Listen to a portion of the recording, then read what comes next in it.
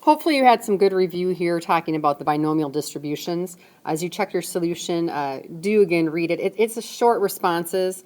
On this one, you're going to want to turn to page 9 on the scoring rubric for here.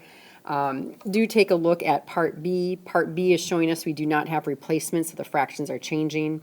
And you're going to also notice how Part C in here on the answer actually refers to looking at the answer in Part B to help you answer Part C. Of the probability questions I've seen from the AP board, a lot of the probability ones and just other standard free responses tend to build. So if you see a multi-part free response, a lot of the times your answers maybe in part A and B might be used down here to help you do some explanations.